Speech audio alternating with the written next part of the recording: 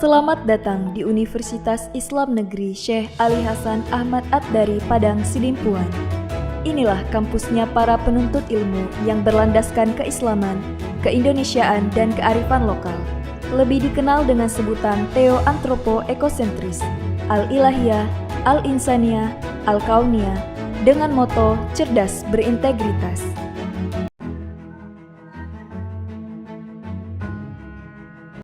Assalamualaikum warahmatullahi wabarakatuh.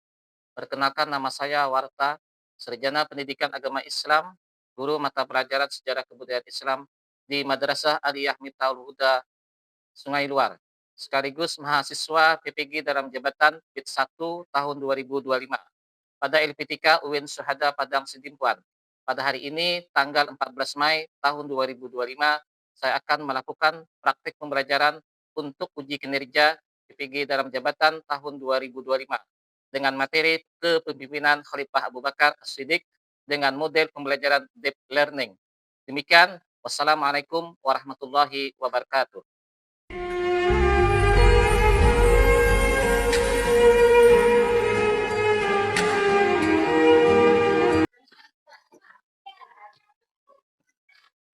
Assalamualaikum.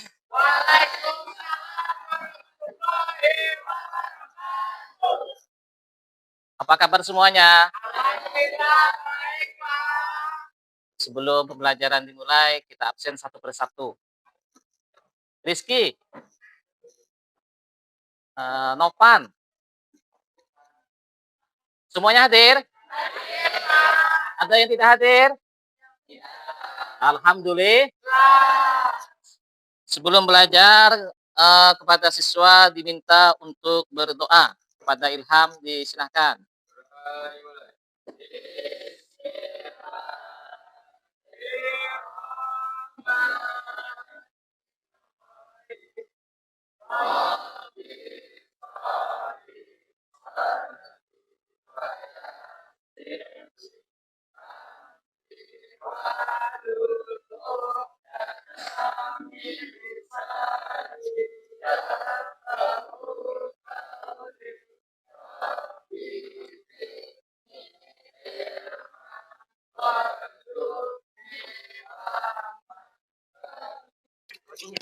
Sebelum belajar untuk menciptakan rasa cinta nasionalisme terhadap negara kita, mari kita menyanyikan lagu Indonesia Raya. Kepada seluruh siswa harap berdiri. Kemudian kepada perwakilan untuk maju ke depan.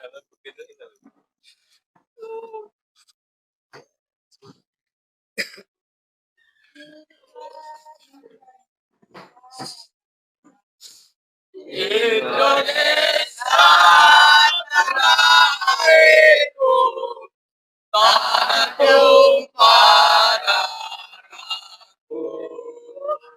Di sanalah aku berdiri dari pandu ibuku. Indonesia kebangsaanku, bangsa dan tanah airku. Marilah kita bersatu, Indonesia bersatu. Hiduplah tanahku, hiduplah negeriku, rakyatku, rakyatku semuanya. Barulah jiwanya, barulah badannya untuk Indonesia Raya.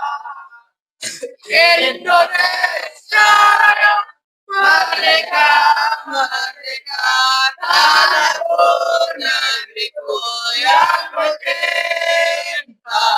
Indonesia Raya, merdeka, merdeka, hiduplah Indonesia Raya. Indonesia Raya, merdeka, merdeka, tanahku, negeriku yang kucinta. Indonesia Raya,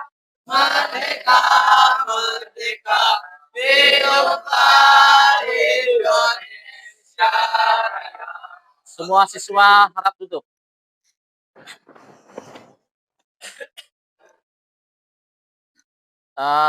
Selanjutnya Bapak akan menjelaskan tentang mengenal Abu Bakar As-Siddiq. Siapakah Abu Bakar As-Siddiq itu? Dia adalah sahabat Nabi Muhammad SAW, khalifah setelah wafatnya Nabi Muhammad SAW. Selanjutnya, kita juga mengenal tentang profil singkat Abu Bakar As-Siddiq. Nama asli Abu Bakar As-Siddiq adalah Abdullah bin Quhafah. Sementara yang kita ketahui hanya sebagai Abu Bakar As-Siddiq. Nah, As-Siddiq itu artinya adalah orang yang pertama kali membenarkan peristiwa Isra Mi'raj. Sehingga beliau mendapat gelar Abu Bakar As-Siddiq. Nama aslinya adalah Abdullah bin Quhafah. Abu Bakar As-Siddiq itu lahir di kota Mekah pada tahun 573 Masehi. Di kota Mekah, dia lebih muda dibanding dengan Nabi Muhammad SAW, yaitu 3 tahun. Selanjutnya, Abu Bakar ini adalah keturunan suku Quraisy. Keturunan suku Quraisy. Kalau Nabi Muhammad suku Quraisy juga, tapi dia dari Bani Hashim. Kemudian, kenapa dia dapat gelar julukan As-Siddiq? Yang saya Bapak jelaskan tadi, karena dialah orang yang pertama kali membenarkan peristiwa Isra Mi'raj Nabi Muhammad SAW. Selanjutnya, keislaman tentang Abu Bakar. Nah, keislaman tentang Abu Bakar. Abu Bakar ini adalah termasuk orang as-sabiqul awalun. As-sabiqul awalun itu artinya orang yang pertama kali masuk Islam. As-sabiqul awalun itu dijamin Allah Subhanahu wa taala masuk ke dalam surga, yaitu 10 orang, di antara 10 itu Abu Bakar As-Siddiq.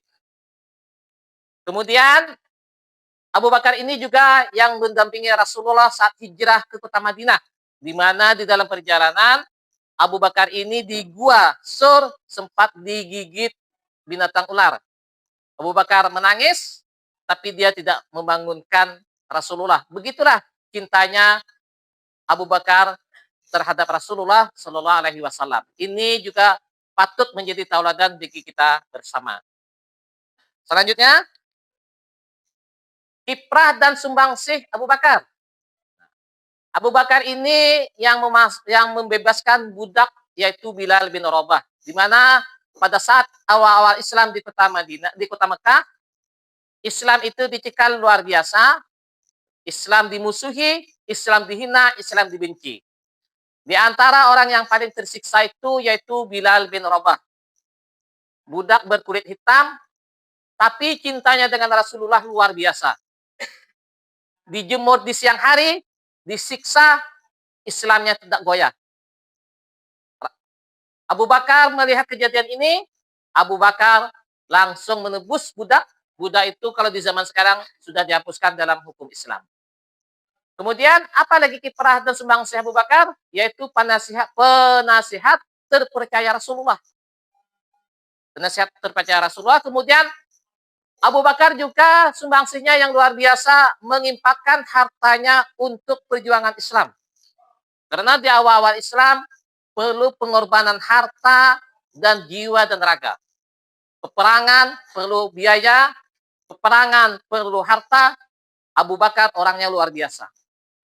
Juga Abu Bakar ini adalah Abu Bakar ini menjadi mertuanya Rasulullah, ya kan? Yaitu Rasulullah Muhammad SAW menikah dengan anak Abu Bakar, yaitu Siti Aisyah. Nah, jadi Abu Bakar ini luar biasa. Patut kita menjadi contoh tentang pengorbanan untuk Islam dan cintanya dengan Islam. Lanjut. Oke. Nanti kita akan mutar video tentang Abu Bakar. Untuk meningkatkan semangat kita, sebelum kita mutar video, Bapak akan bertanya kepada kalian. Ada quiz untuk kalian. Nah, Bapak akan bertanya, binatang apakah yang paling besar kepalanya? Silahkan. Salah. Salah. Cumpakul pakai he? Oke, mantap, luar biasa. Selanjutnya, Bapak akan bertanya, binatang apakah kakinya di kepala? Belum lagi Bapak bicara. Ulang pertanyaan yang lain. Bapak akan bertanya, binatang apakah yang paling tua di dunia ini? Siapa? Ricky. Janganlah gitu sama kawan. Oke, kita lanjutkan saja mutar video. Ini Bapak akan mutarkan video tentang Abu Bakar As-Siddiq. Anak-anak Bapak semuanya, masih semangat untuk belajar? Ada yang tidak semangat? Janganlah begitu. Semangat? Semangat. Kita akan bahas selanjutnya tentang video sudah kita simak. Kita pahami bagaimana kiprah Abu Bakar, bagaimana perjuangan Abu Bakar. Nah, selanjutnya Bapak akan menjelaskan tentang latar belakang diangkatnya Abu Bakar As-Siddiq sebagai khalifah. Jadi latar belakang diangkatnya Abu Bakar As-Siddiq sebagai khalifah itu pertama adalah wafatnya Rasulullah Shallallahu Alaihi Wasallam pada tahun 632 Masehi. Nah, itu terjadi kekosongan khalifah. Terjadi kekosongan khalifah di mana umat pada saat itu tidak menerima, seakan-akan tidak percaya tentang wafatnya Rasulullah. Umar bin Khattab itu sempat dia mengamuk. Berbicara, siapa yang mengatakan Rasulullah wafat, saya akan penggal kepalanya. Seakan-akan tidak percaya. Yang kedua, latar belakang diangkatnya Abu Bakar sebagai khalifah adalah umat Islam menghadapi situasi yang sangat genting, politik dan keagamaan. Di mana pada saat itu ada orang yang tidak percaya, ada yang tidak mau mengeluarkan zakat, bahkan ada yang murtad. Kenapa? Karena Nabi Muhammad SAW sudah meninggal. Selanjutnya, urgensi kepemimpinan Abu Bakar. Yang pertama itu adalah kebutuhan yang mendesak akan pemimpin untuk menjaga kesatuan umat. Di mana-mana negara atau bangsa, kalau tidak ada pemimpin, maka negara itu akan kacau. Karena tidak ada yang mengendalikan suatu permasalahan.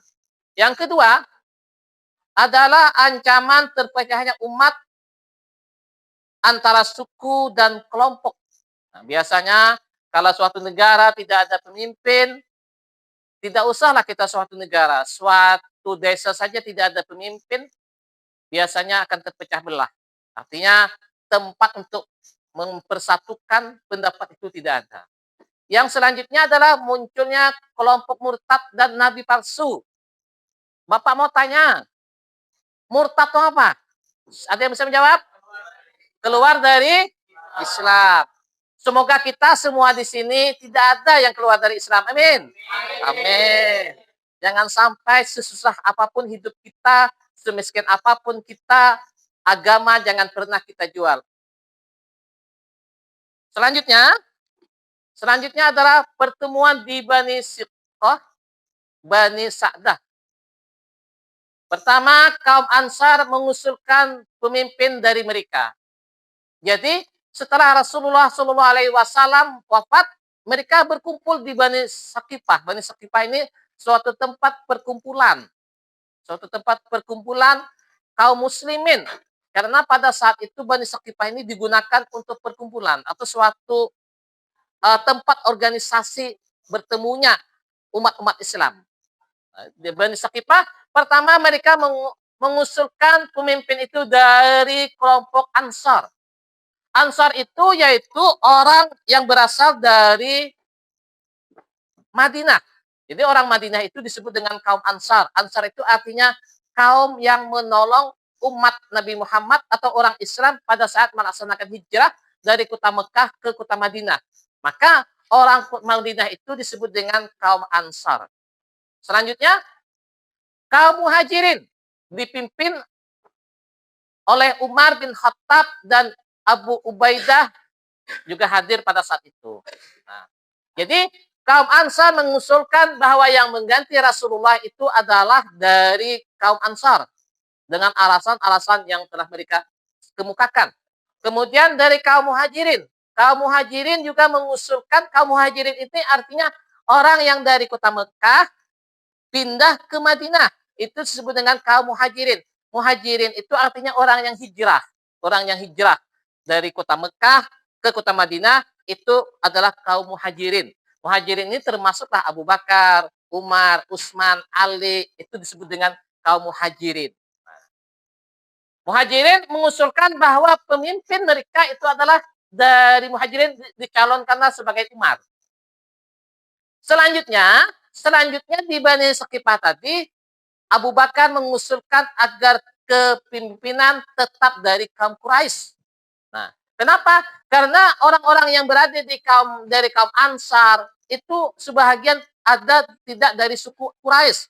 Sementara Rasulullah Shallallahu Alaihi Wasallam itu berasal dari suku Quraisy.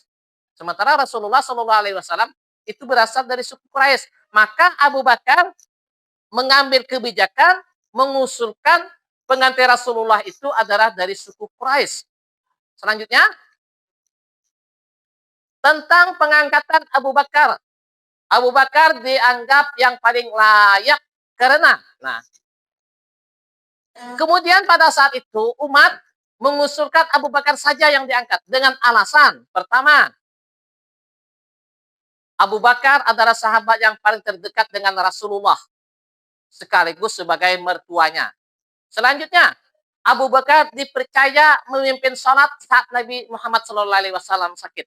Jadi pada saat Nabi Muhammad SAW sakit, Abu Bakar lah yang menjadi pemimpin. Maka umat pada saat itu bertanya, tentang urusan agama saja Abu Bakar dipercaya Rasulullah. Apalagi masalah urusan umat. Tentu Rasulullah lebih percaya. Kemudian pengalaman Abu Bakar yang luar biasa, keimanan Abu Bakar yang luar biasa, kemudian Abu Bakar ini memang patut menjadi seorang pemimpin. Selanjutnya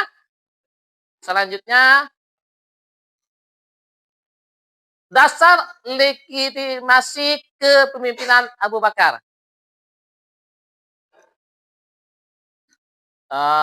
Selanjutnya Bapak akan menjelaskan tentang mengenal Abu Bakar As-Siddiq. Siapakah Abu Bakar As-Siddiq itu? Dia adalah sahabat Nabi Muhammad SAW, khalifah setelah wafatnya Nabi Muhammad SAW. Selanjutnya masuk Islam. As-sabiqul awalun itu dijamin Allah Subhanahu wa taala masuk ke dalam surga, yaitu 10 orang, di antara 10 itu Abu Bakar As-Siddiq. Kemudian Abu Bakar ini juga yang mendampingi Rasulullah saat hijrah ke kota Madinah, di mana di dalam perjalanan Abu Bakar ini di Gua Sur sempat digigit binatang ular. Abu Bakar menangis, tapi dia tidak membangunkan Rasulullah. Begitulah cintanya Abu Bakar terhadap Rasulullah Shallallahu Alaihi Wasallam. Ini juga patut menjadi tauladan bagi kita bersama. Selanjutnya, kiprah dan sumbangsih Abu Bakar. Abu Bakar ini yang membebaskan budak, yaitu Bilal bin Rabah, di mana pada saat awal-awal Islam di kota Madinah, di kota Mekah, Islam itu dicekal luar biasa. Islam dimusuhi, Islam dihina, Islam dibenci. Di antara orang yang paling tersiksa itu yaitu Bilal bin Rabah. Budak berkulit hitam, tapi cintanya dengan Rasulullah luar biasa. Dijemur di siang hari, disiksa, Islamnya tidak goyah. Abu Bakar melihat kejadian ini, Abu Bakar langsung menebus budak. Budak itu kalau di zaman sekarang sudah dihapuskan dalam hukum Islam. Kemudian apa lagi kiprah dan sumbangsih Abu Bakar? Yaitu penasihat terpercaya Rasulullah. Penasihat terpercaya Rasulullah. Kemudian Abu Bakar juga sumbangsinya yang luar biasa, mengimpakkan hartanya untuk perjuangan Islam. Karena di awal-awal Islam perlu pengorbanan harta dan jiwa dan raga. Peperangan perlu biaya, peperangan perlu harta. Abu Bakar orangnya luar biasa. Juga Abu Bakar ini adalah bukan sempat ya, Abu Bakar ini menjadi mertuanya Rasulullah, ya kan? Yaitu Rasulullah Muhammad SAW menikah dengan anak Abu Bakar, yaitu Siti Aisyah. Nah, jadi Abu Bakar ini luar biasa. Patut kita menjadi contoh tentang pengorbanan untuk Islam dan cintanya dengan Islam. Lanjut. Oke. Nanti kita akan mutar video untuk meningkatkan semangat kita. Sebelum kita mutar video, Bapak akan bertanya kepada kalian. Ada quiz untuk kalian. Bapak akan bertanya, binatang apakah yang paling besar kepalanya? Silahkan. Salah. Salah. Cumpakul pakai he. Oke, mantap, luar biasa. Selanjutnya, Bapak akan bertanya, binatang apakah kakinya di kepala? Belum lagi Bapak bicara. Ulang pertanyaan yang lain. Bapak akan bertanya, binatang apakah yang paling tua di dunia ini? Siapa? Ricky. Jangan lagi itu sama kawan. Oke, kita lanjutkan saja. Anak-anak Bapak semuanya, masih semangat untuk belajar? Ada yang tidak semangat? Janganlah begitu. Semangat? Semangat. Kita akan bahas selanjutnya tentang video sudah kita simak. Kita pahami bagaimana kiprah Abu Bakar, bagaimana perjuangan Abu Bakar. Nah, selanjutnya Bapak akan menjelaskan tentang latar belakang diangkatnya Abu Bakar As-Siddiq sebagai khalifah. Jadi latar belakang diangkatnya Abu Bakar As-Siddiq sebagai khalifah itu pertama adalah wafatnya Rasulullah Shallallahu Alaihi Wasallam pada tahun 632 Masehi. Nah, itu terjadi kekosongan khalifah. Terjadi kekosongan khalifah di mana umat pada saat itu tidak menerima, seakan-akan tidak percaya tentang wafatnya Rasulullah. Umar bin Khattab itu sempat dia mengamuk. Berbicara, siapa yang mengatakan Rasulullah wafat, saya akan penggal kepalanya. Seakan-akan tidak percaya. Yang kedua, latar belakang diangkatnya Abu Bakar sebagai khalifah adalah umat Islam menghadapi situasi yang sangat genting, politik dan keagamaan. Di mana pada saat itu ada orang yang tidak percaya, ada yang tidak mau mengeluarkan zakat, bahkan ada yang murtad. Kenapa? Karena Nabi Muhammad SAW sudah meninggal. Selanjutnya, urgensi kepemimpinan Abu Bakar. Yang pertama itu adalah kebutuhan yang mendesak akan pemimpin untuk menjaga kesatuan umat. Di mana-mana negara atau bangsa, kalau tidak ada pemimpin, maka negara itu akan kacau. Karena tidak ada yang mengendalikan suatu permasalahan.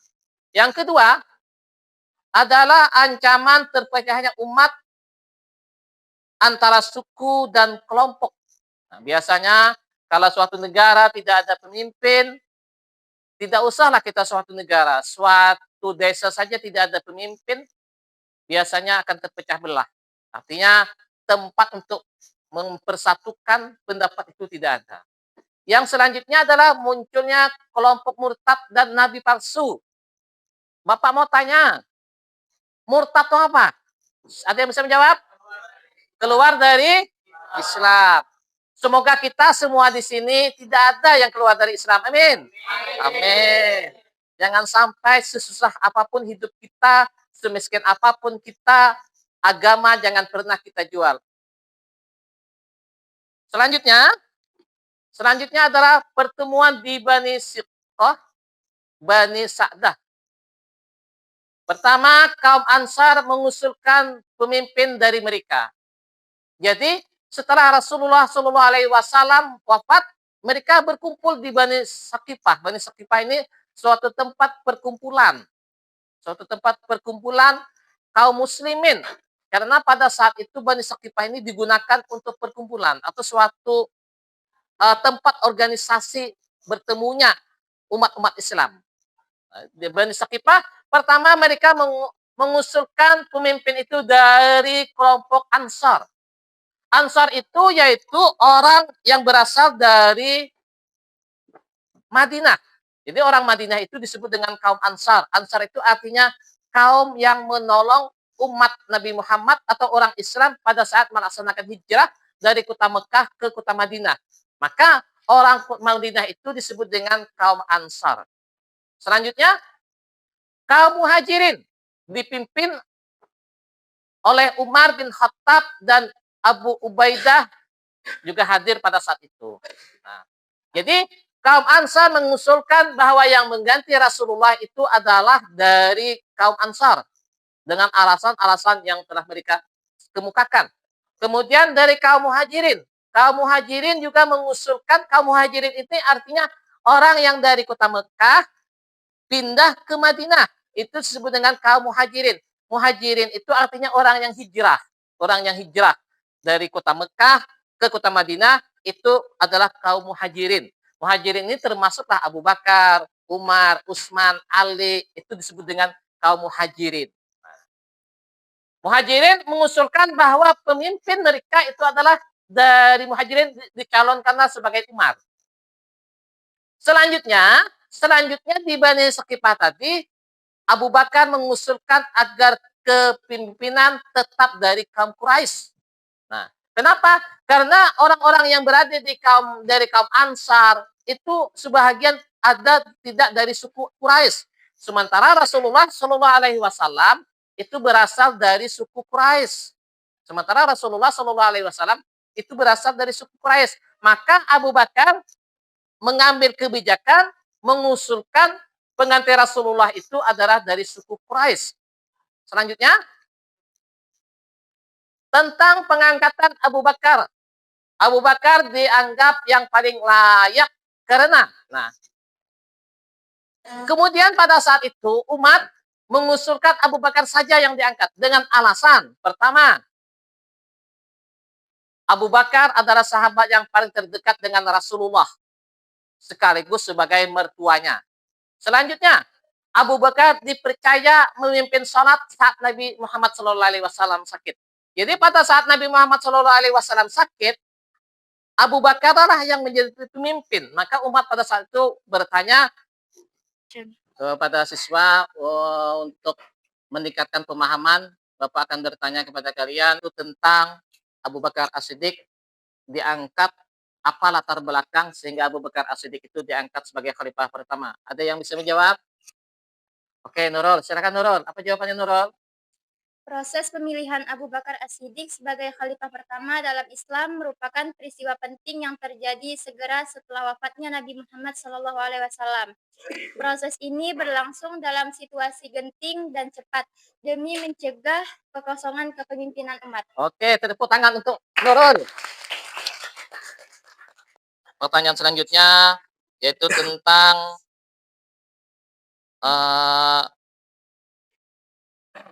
langkah-langkah strategis atau Abu Bakar As-Siddiq dalam menghadapi tantangan pada masa pemerintahan Abu Bakar As-Siddiq. Siapa yang bisa menjawab?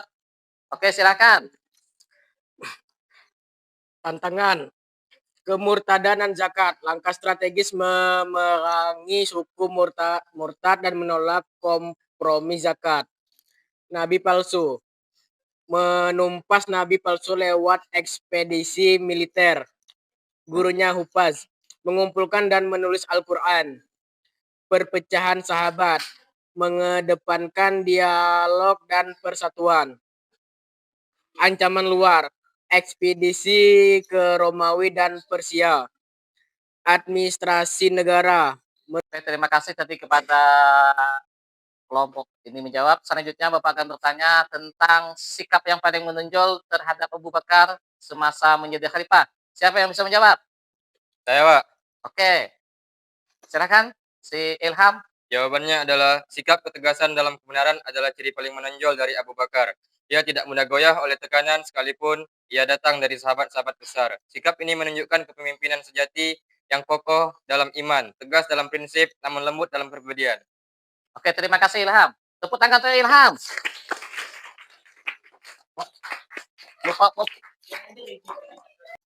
Oke, tadi diucapkan kepada saudara Ilham telah memberikan jawaban luar biasa. Selanjutnya Bapak akan bertanya tentang masalah utama ketika Abu Bakar menjadi khalifah itu yang dihadapinya apa? Kelompok mana bisa menjawab? Silakan. Oke, silakan kepada saudari Amanda. Jawabannya, masalah kepemimpinan siapa yang menggantikan Nabi, kemurtadan dan penolakan membayar zakat, munculnya Nabi palsu, perluasan wilayah dan administrasi baru, dan perpecahan politik dan teologis Sunni Syiah. Oke, terima kasih. Tepuk tangan untuk Amanda.